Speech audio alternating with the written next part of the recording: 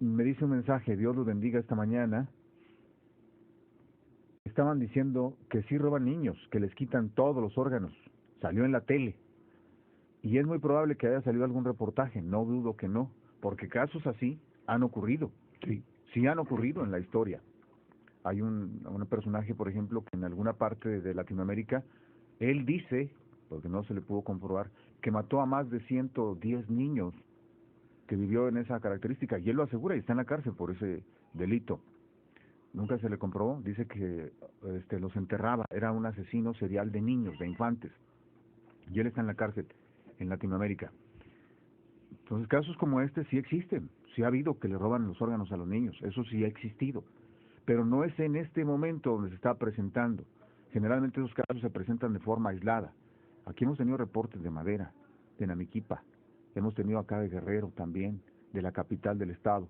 Entonces es extraño que este tipo de situación se esté presentando en todo el estado, en algunos puntos importantes de los que he mencionado y otros más, sin que la autoridad que se dedica precisamente a investigar este tipo de casos no tenga conocimiento de ninguna denuncia. Exacto, y si te pones, insisto, en el lugar del padre, de familia, de la madre que pasa por una situación de esta naturaleza, imagínate el impacto familiar que representa. O sea, yo no me puedo quedar callada ante una situación de esta naturaleza. Por supuesto que voy a Imposible. denunciarlo, es imposible. Imposible. ¿Cómo te entregan a tu hijo sin órganos y te quedas como si nada? Y no pones una denuncia, ¿no? Exacto. Entonces, ese es Es ilógico. totalmente fuera de lugar. Entonces, pero sí está causando una conmoción, porque como la gente no sabe, dice, ah, caray, no es que dijeron que en Madera sí, ah, no es que dijeron que en Guerrero sí, ah, no es que en la capital sí, pero tangible, tangible. ¿Existe el caso? ¿Usted vive en contiguidad con una persona a la que le pasó eso?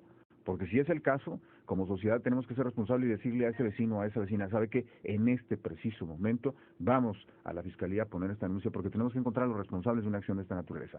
Es evidente que se tiene que hacer algo y la mejor manera es enfrentar y confrontar para detener este tipo de detalles que no existen, que en este momento Exacto. no existen. Por eso no hay reportes en la fiscalía, porque no existen. No digo que de manera aislada se hayan presentado en algún momento de la historia en nuestro país y a lo mejor hasta nuestro estado.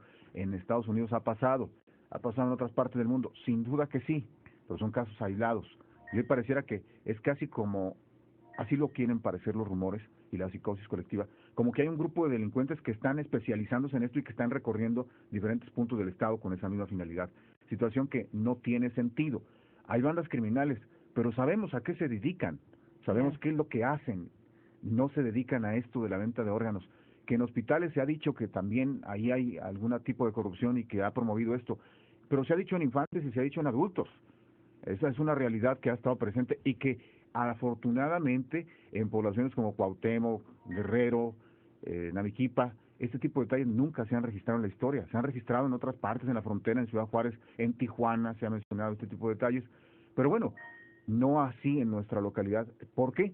Pues porque afortunadamente, si quiere usted, somos poblaciones pequeñas todavía y este tipo de detalles no se han presentado. Pero bueno, sí la psicosis sí está, hay que exhortar a la población, a donde se escuche la estación de radio, a que seamos muy prudentes a la hora de leer estos mensajes y a la hora de comunicarlos.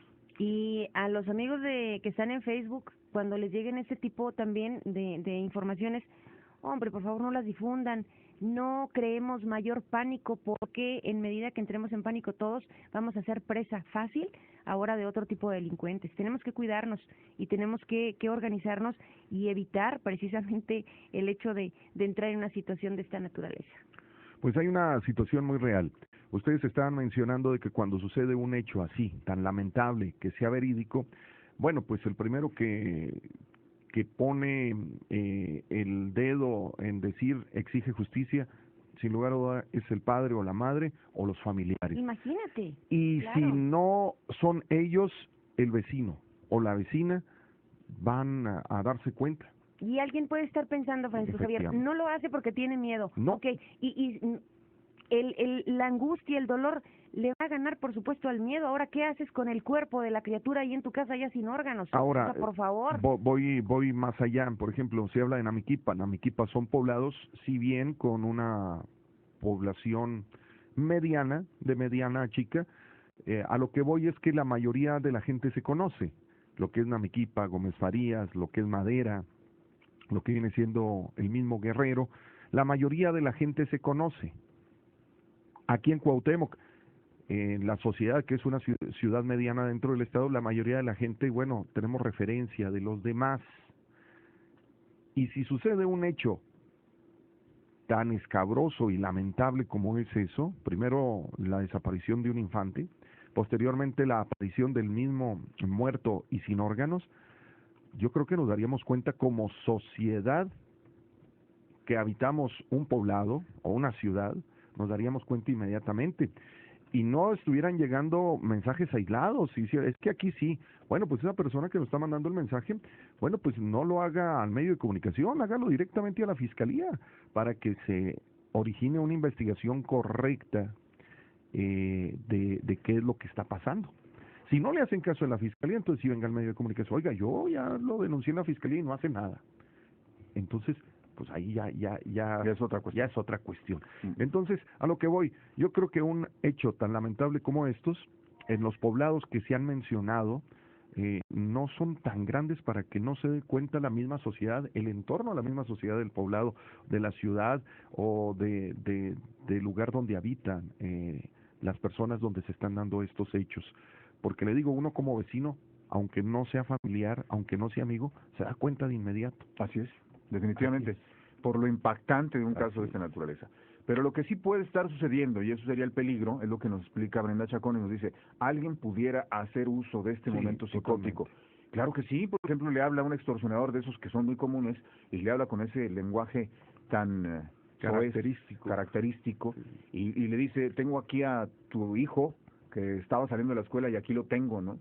Y graba algo, alguna expresión como lo hacen, y entonces, ¿qué va a sentir la mamá en este momento psicótico social que le digan eso? Pues se va a querer morir, y si le dicen, me tienes que depositar 80,000 pesos en este momento, y no sé cómo le haga la mamá, pero los deposita, sin verificar si el niño está en la escuela o no está en la escuela, porque se aprovecha el contexto, y para mi punto de vista, eso es lo que ha estado detrás de todo esto, que alguien está aprovechando y está creando un ambiente, un contexto psicótico, hay un temor generalizado, que alguien va a capitalizar en algún momento. Evidentemente alguien va a decir, ¿sabe qué? De esto, pues me agarro. Ese es el riesgo. Ese es el riesgo. Por eso la mejor manera de destruir esa posibilidad es siendo muy objetivos y precisos.